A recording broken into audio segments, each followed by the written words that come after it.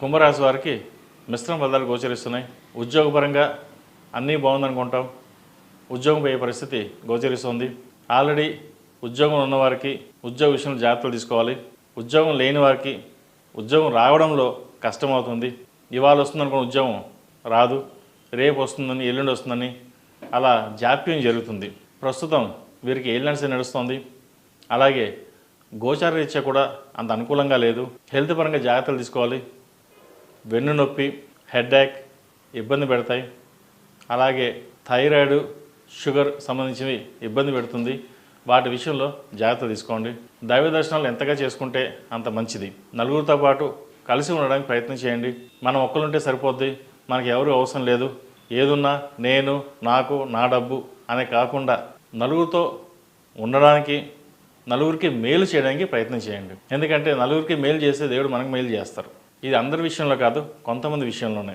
ఎందుకంటే వారి వారి జాతకాలను బట్టి మనం ఏదైనా చెప్పగలుగుతాం. ఇప్పుడు చెప్పే రాశి ఫలితాలు నడుస్తున్న దశలు బట్టే కావచ్చు, గోచారిత్య కావచ్చు మనం చెప్తున్నాం.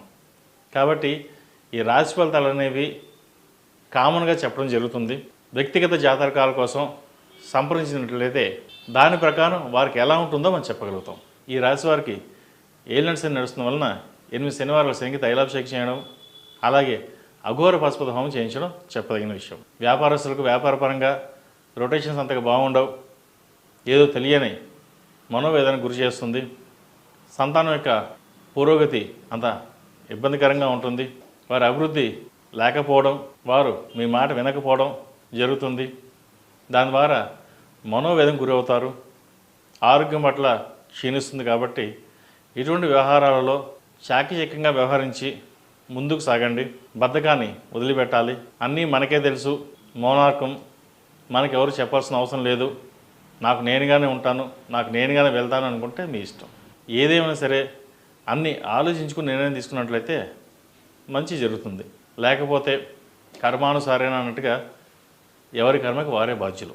ఇటువంటి విషయంలో ఖచ్చితమైన నిర్ణయాలు తీసుకుని ముందుకు వెళ్ళండి. విద్యార్థులకు ఎడ్యుకేషన్ పరంగా బాగుందని చెప్పచ్చు. సాఫ్ట్వేర్ రంగంలో ఉన్న వారికి, అలాగే చార్టెడ్ అకౌంట్స్, బ్యూటీ పార్లర్, ఈఎన్టీకి సంబంధించిన వాళ్ళకి ఇవాళ బాగుందని చెప్పచ్చు. అలాగే కార్డియాలజీకి సంబంధించిన వాళ్ళు కూడా బాగుందని చెప్పచ్చు. కార్డియాలజీకి సంబంధించిన డాక్టర్స్కు కొంత హెల్త్ పరంగా ఇబ్బందులు ఏర్పడతాయి, వారు కొంచెం జాగ్రత్తలు తీసుకోవడం చెప్పదగినది. సాఫ్ట్వేర్ ఉద్యోగస్తులు అయితే ఉద్యోగపరంగా ఇబ్బందులు ఉన్నా కూడా ఇంట్లో వాళ్ళతో ఇబ్బందులు ఎక్కువ ఏర్పడతాయి. బయట దానికంటే ఇంట్లో వాళ్ళతో ఇబ్బందులు అనేది ఎక్కువగా ఉంటుంది. కాబట్టి వీటి విషయంలో కొంచెం జాగ్రత్తలు తీసుకోండి. దుర్వ్యసనాలకి దూరంగా ఎంత ఉంటే అంత మంచిది. ఈ రాశిలో జన్మించిన వారికి కలిసి వచ్చే సంఖ్య 8, కలిసి వచ్చే దిక్కు తూర్పు, కలిసి వచ్చే రంగు తెలుపు. తదుపరి మేన్ రాశి.